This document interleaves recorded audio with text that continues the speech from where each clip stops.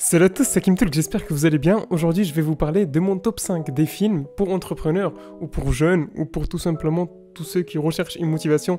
Même si vous savez très bien, si vous êtes entrepreneur, vous n'avez pas besoin de motivation car le plus important, c'est la discipline, même si les deux peuvent se tenir.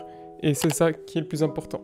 Ce qu'il faut savoir, c'est que j'ai mis différents types de choses, différents types de films pour que vous les découvriez. Ce qui est intéressant, c'est l'expérience que vous allez en tenir après avoir regardé ce film. Parce qu'en fait, ils font des fautes et chaque faute va être résolue d'une façon ou d'une autre, ou pas du tout, à vous de voir. C'est pour ça que je vous conseille ces films, car le plus important, en fait, c'est de s'intéresser aux fautes que les autres font pour en tirer des conclusions et faire mieux qu'eux, en fait, tout simplement. D'ailleurs, une petite citation que j'aime bien du fondateur AliExpress, Jack Ma, qui dit que le plus important c'est pas de se concentrer sur les success stories mais plutôt sur les fails. Et ce qui est le plus important, c'est qu'aujourd'hui on va parler de différents types de films qui pourraient vous intéresser ou qui pourraient vous donner certaines idées par où commencer et où terminer, tout simplement. N'hésitez pas à liker, à vous abonner, vous connaissez cette chaîne maintenant, n'hésitez pas à me proposer des thèmes qui pourraient vous intéresser, on peut parler de tout, tant que ça parle un peu de business en ligne, etc. On peut en parler, je fais mes recherches, je vais essayer de vous aider, etc. Et ça commence tout de suite. Alors, on va commencer tout simplement avec À la recherche du bonheur. Oui, c'est un très bon film que j'avais regardé, je crois, si je me trompe pas, en 2013-2014. C'était vraiment très lourd, j'étais encore hyper jeune à ce moment-là. Et le moment quand j'avais vu ça, il y a un acteur qui s'appelle Will Smith, que vous connaissez tous, qui gère très bien ce rôle, et qui te montre que malgré les dettes, malgré tout ce qui arrive, en fait, il faut garder sa persévérance, parce qu'au début, je vais pas vous spoil, mais tout simplement, il faut savoir qu'au début, il n'avait rien, il avait que des dettes, il avait une famille à supporter, il essayait de faire vendre un stock qu'il n'arrivait pas à vendre, etc. Jusqu'au jour où il découvre le métier de courtier. Et à partir de là, il va s'intéresser, il va mettre tout ce qu'il a dedans, il va même dépasser certaines personnes qui étaient très intelligentes. Et c'est ça, c'est cette persévérance et cette discipline qui nous donne envie de s'intéresser à ce film. Voilà, je vous conseille ce film. Allez-y, foncez, c'est très important. Si tu veux vraiment quelque chose, t'as qu'à te battre. Point barre. Deuxième film qui est très important et que je trouve que c'est l'un des pionniers pour films d'entrepreneurs, vu que c'est à la mode. En ce moment, l'entrepreneuriat devient de plus en plus accessible à tout le monde, avec l'arrivée des sites internet, ça commence à simplifier, même si ça reste un domaine très complexe pour ceux qui veulent se lancer dessus. Et là, on va parler du Loup de Wall Street. Oui, le Loup de Wall Street, c'est un film qui a été fait par Martin Scorsese, un très bon réalisateur que je vous conseille pour ceux qui ne connaissent pas. Et notre personnage principal, c'est Jordan Belfort, qui commence à travailler en tant que courtier de la bourse, sauf que dans une entreprise de Rothschild, vous les connaissez, très fort, très puissant, qui existe depuis longtemps, qui gouverne différents types d'États d'une certaine manière avec leurs banques, etc. Et il va se passer que, à un moment donné, il aura plus d'argent. Et il va se passer que cette personne, elle est très futée. Elle va essayer de voir comment réussir à préserver son argent tout en essayant de passer par d'autres États, oui, en essayant de défiscaliser son argent, en essayant d'utiliser la bourse, en essayant de berner les différents clients, chose que je vous déconseille, oui, car là, vous le voyez, il a bien réussi, mais est-ce qu'il a réussi, au final, à garder sa place au sommet? Telle est la question. Allez voir ça dans le film, vous allez voir que c'est très intéressant, ça permet de voir qui sont les arnaqueurs, comment on peut éviter ça. En tout cas, c'est un très bon film, n'hésitez pas à le regarder.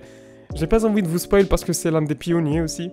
Et du coup, grâce à ces différents acquis appris dans cette entreprise et à Wall Street tout simplement, il va revenir dans la bourse avec une nouvelle entreprise qui n'a aucun sou, qui vient de zéro, et il va devoir la monter, réussir avec, et tout simplement éviter les soucis. Mais est-ce qu'il réussira à les éviter ?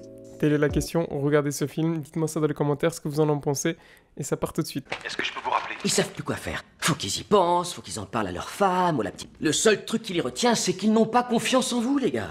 Le troisième est l'un de mes préférés, je dirais même mon préféré, même s'il n'y a pas d'ordre chronologique pour ce genre de film que je préfère. C'est Le Fondateur, interprété, ou tout simplement, c'est un film biographique de Ray Kroc qui a développé la franchise, tout simplement, des restaurants McDonald's.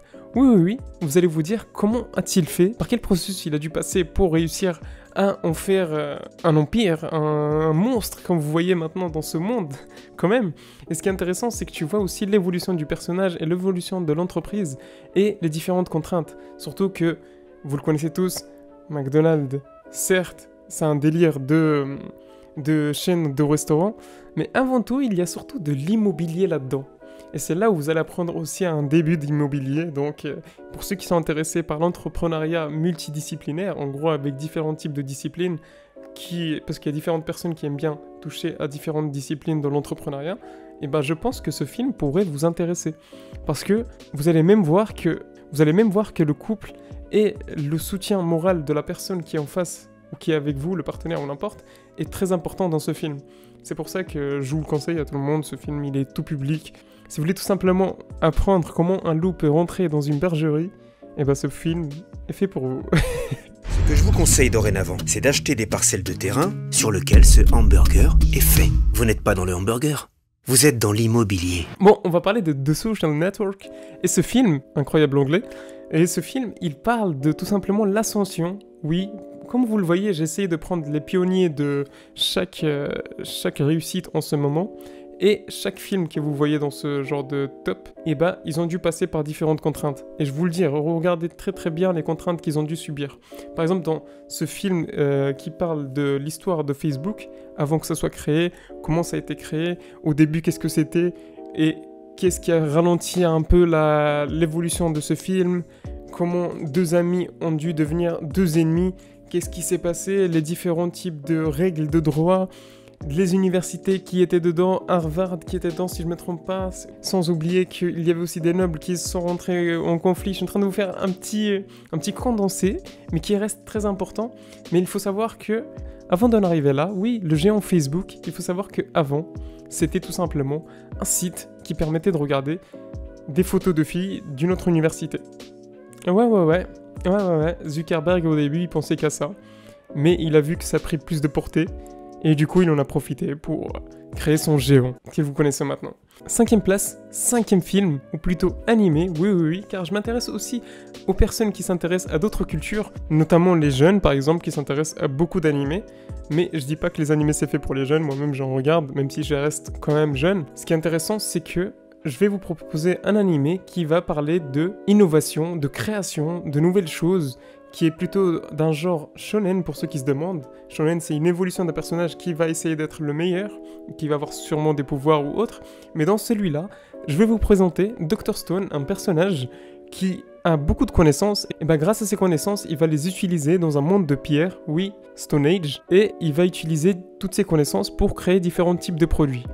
Et bah grâce à cet animé, vous pourrez apprendre différentes choses telles que la science reste importante, ou tout simplement la destruction créatrice de Peter Drucker, pour ceux qui se demandent, oui, car en détruisant, on peut recréer, comme ce que fait Apple. Du coup, cet animé, je pense qu'il pourrait vous intéresser, car il y a aussi les entrepreneurs inventeurs. Et du coup, ceux qui sont intéressés par regarder, ou qui sont intéressés tout simplement par des animés, celui-là, il est sorti en 2019. Si vous êtes intéressé par quelqu'un qui pourrait vous apporter de la connaissance, n'hésitez pas à le regarder et à vous abonner. C'était Hakim Talk. Bonne journée à vous. J'espère que vous avez kiffé ce top 5. Si vous voulez, j'en ferai d'autres pour des livres ou autres. Et on se retrouvera pour un prochain épisode. Bonne soirée à vous.